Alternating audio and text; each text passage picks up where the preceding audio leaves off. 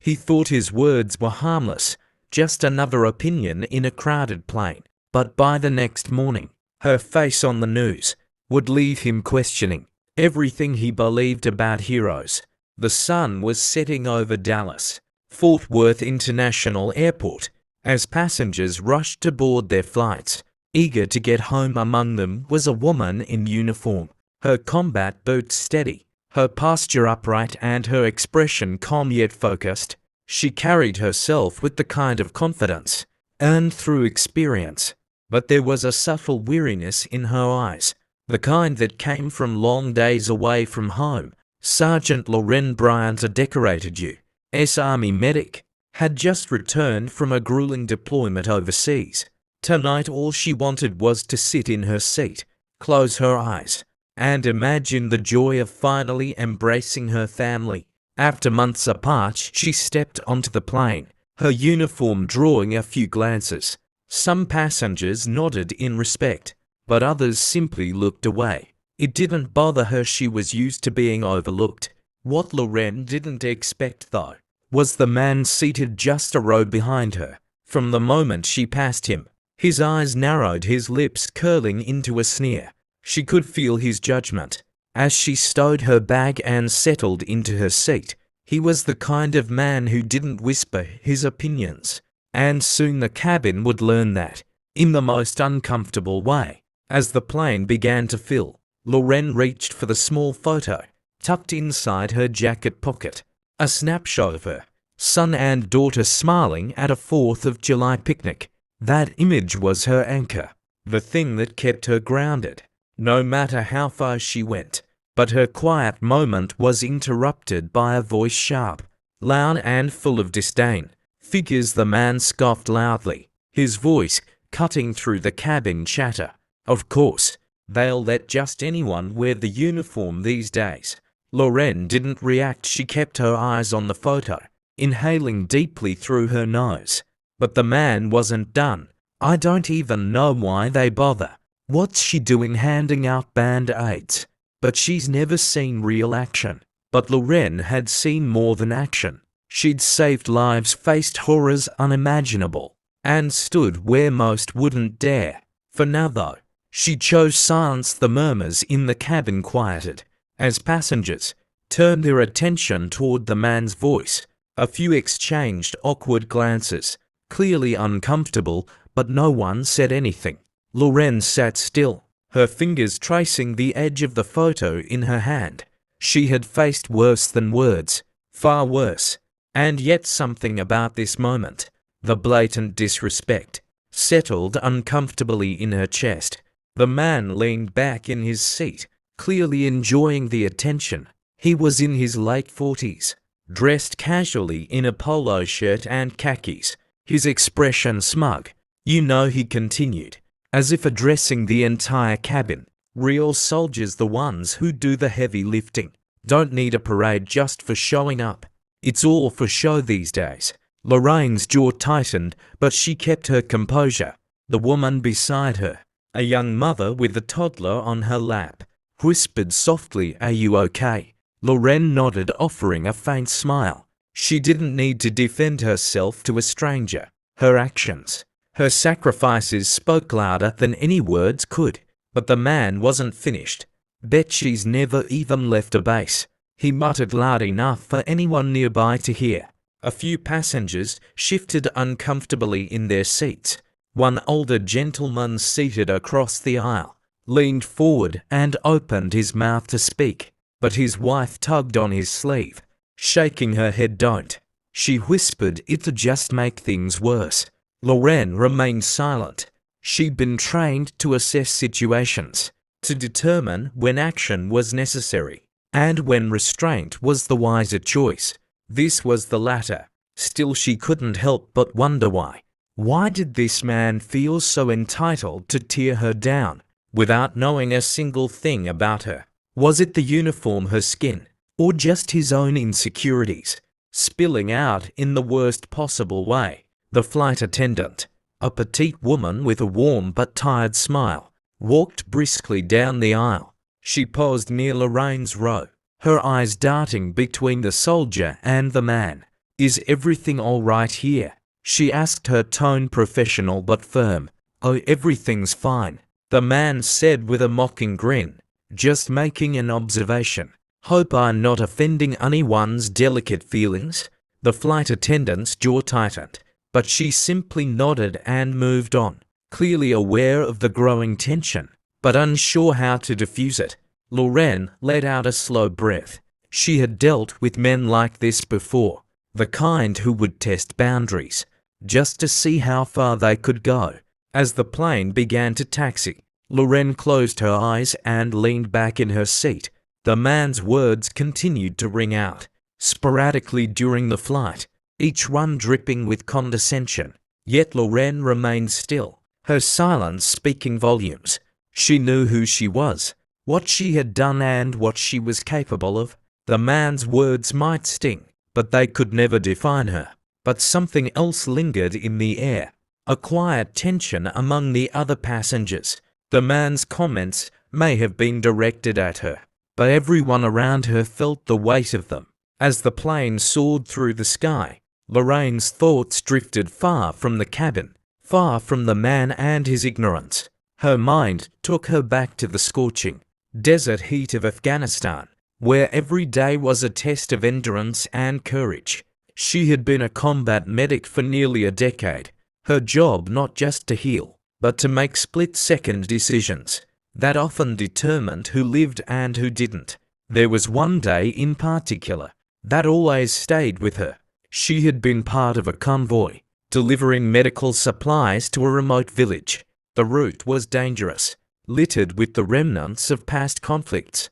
She remembered the sudden blast, the deafening roar of an eye, the exploding just ahead of her vehicle. In the chaos that followed, she had to spring into action, pulling injured soldiers from burning wreckage. While under enemy fire, her hands were steady, her focus unshakable, even as her own safety was in jeopardy. Lorraine didn't do it for recognition. She didn't care about medals or ceremonies.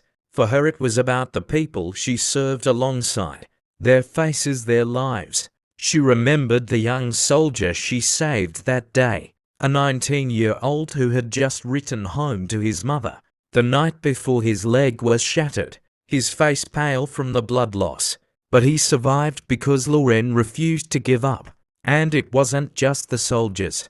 Lorraine had spent countless hours treating villagers, caught in the crossfire of a war they never asked for. She remembered a little girl no older than 7, who had been injured in a mortar attack. Lorraine carried her to safety, singing softly to calm her until help arrived. That girl's smile, despite the pain she endured, was something Lorraine would never forget. These were the moments that defined her, not the uniform, not the rank, but the lives she touched. Yet she had also faced battles beyond the battlefield. There were times when her competence was questioned, not because of her skills, but because of her gender and the color of her skin. She had endured snide comments from fellow soldiers and superiors who doubted her abilities. But each time she proved them wrong. She rose above letting her actions speak louder than their prejudice ever could. Back in the plane, Lorraine opened her eyes, the memory still vivid. She glanced at the man a row behind her, who was now flipping through a magazine, seemingly content with his earlier remarks. She didn't hate him. Lorraine had long since learned that hatred was a heavy burden to carry. Instead, she felt a quiet resolve. This man didn't know her story, and he likely never would, but his ignorance would never overshadow the truth of who she was. But the universe has a way of bringing truths to light, sometimes in ways no one expects. And for Lorraine, the next day would prove just that. The next morning, Mark Reynolds sat in his living room in Albuquerque, sipping his coffee. As sunlight filtered through the blinds, his routine was predictable: breakfast, scrolling through his phone, and catching the morning news on Channel 7. He flipped on the television, the volume humming to life, as the anchor began a segment, with a tone of solemn reverence. "This morning we honor a true American hero, The anchor announced, Sergeant Lorraine Bryant, a combat medic, who risked her life to save not only her fellow soldiers, but countless civilians during her deployment overseas. Mark froze, his coffee cup hovering midair. The screen showed a photo of a woman in uniform, her expression calm, her presence commanding. His chest tightened. It was her, the woman from the plane.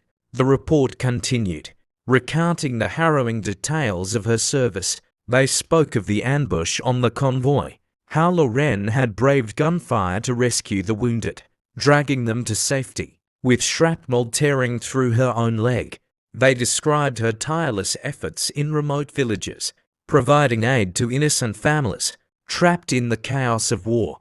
One of the villagers interviewed in the segment spoke through a translator. She saved my daughter. If not for her, we would have lost everything. She has a heart of gold. Mark's stomach churned. He set his coffee down, his hands trembling slightly. The anchor went on to describe Lorraine's numerous commendations, including a Bronze Star for her extraordinary bravery. This is the kind of heroism that often goes unnoticed, the anchor concluded today. We shine a light on the incredible sacrifices made by those who serve, especially those like Sergeant Bryant, who embody the true spirit of compassion and courage. Mark couldn't tear his eyes away from the screen. He felt like the wind had been knocked out of him. The woman he had insulted, belittled and disrespected on the plane was nothing short of a hero. His words from the previous day echoed in his mind, sharp, hateful and cruel. He remembered the calm in her eyes, the way she sat silently as he mocked her. She didn't defend herself, didn't lash out. She didn't have to. Her actions spoke louder than anything he could ever say. Mark sank into his chair, a wave of shame crashing over him. He had spent years believing he understood the world, that his perspective was the only one that mattered. But now he was confronted with the undeniable truth. He had been so very wrong. But guilt is a heavy thing, and as it settled into Mark's chest, he couldn't help but wonder if there was a way to make things right, or if he'd have to live with the weight of his actions forever.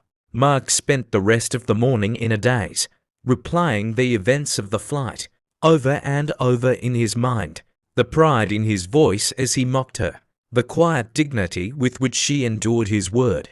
It all felt like a cruel twist of fate. Now, he could almost see the expression on her face as she sat there unmoved, taking in his hatred without giving him the satisfaction of a reaction. The shame was unbearable. He paced his small living room, his thoughts spiraling. Lorraine Bryant had not only survived unimaginable situations, but had also carried herself with honor and grace, even when faced with unlike him. And what had he done? He had torn her down in public, for no reason other than his own. Mark found himself searching her name online, devouring every article he could find.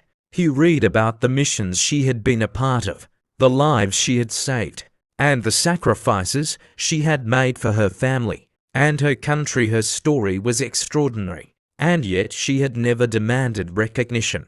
She simply did what needed to be done. But the more he read, the heavier the guilt became. His actions on the plane weren't just a moment of poor judgment. They were a reflection of something deeper, something uglier that he hadn't been ready to confront. For years he had clung to biases and assumptions, viewing the world through a narrow, self-serving lens. Lorraine's story had shattered that illusion, leaving him face to face with the truth. Mark knew he couldn't undo the harm he had caused. His words had already been spoken, his actions witnessed by an entire cabin of passengers, but he felt compelled to try, even if it was just for his own conscience. He thought about reaching out to the airline to leave a message for Lorraine, but what could he possibly say? "I'm sorry" felt so small, so inadequate. Instead, he decided to act. Mark donated to a veterans organization that provided support for soldiers returning from deployment. It wasn't enough, it'd never be enough, but it was a start. He also wrote a letter to Lorraine, pouring out his apology in raw, Unfiltered honor, he explained that he had seen the news, that her story had opened his eyes, and that he was deeply, profoundly sorry for his behavior. He ended the letter with these words: "You didn't deserve my hate. You deserved my respect, and I failed to give it to you. I will carry the weight of that failure for the rest of my life, but I promise to do better. Thank you for your service or your bravery, and for being a better person than I ever was." Mark didn't know if the letter would ever reach her, but writing it felt like a step toward accountability. It wasn't about easing his guilt. It was about acknowledging the harm he had caused and committing to change. But sometimes, the most profound lessons come not from grand gestures, but from quiet moments of reflection. And Mark's journey to understanding was only just beginning a week later. Mark sat in the same chair in his living room, staring out the window. He didn't know if Lorraine had ever received his letter, or if she ever would. But something had shifted inside him. For the first time in years, he felt the weight of his own ignorance, and the realization that it wasn't enough to feel guilty. Change required action. It required looking beyond surface judgments and truly seeing people for who they are, not who you assume them to be. He turned off the television and sat in the silence, thinking about Lorraine. She had taught him something he hadn't been willing to learn on his own. Everyone has a story, and some of those stories carry burdens heavier than most people could ever imagine. The least you can do is offer respect, even when you don't understand. Especially then. Mark wasn't a hero, and he never would be, but he hoped in his small way to start living his life with the kind of courage Lorraine had shown every day. Not the courage to endure a battlefield, but the courage to confront his own flaws and strive to be better. As viewers, we often hear stories about heroes like Lorraine and think of them as distant, untouchable figures. But they walk among us every day on flights, in grocery stores, in our neighborhoods, and sometimes we don't even realize their significance until it's too late. Sometimes, the most profound lessons come from the stories. We overlook the lives of people quietly, carrying burdens, making sacrifices, and showing resilience in ways we can't begin to imagine. This story serves as a powerful reminder of the importance of respect, empathy, and understanding, especially toward those whose struggles and victories we may never fully see. It challenges us to pause, to think before we judge, and to honor the humanity in everyone around us. If this story touched your heart or gave you a new perspective, take a moment to like this video, subscribe to our channel, and share it with others who value stories that inspire and challenge the way we see the world. Together, let's create a space where compassion and understanding can thrive, one story at a time.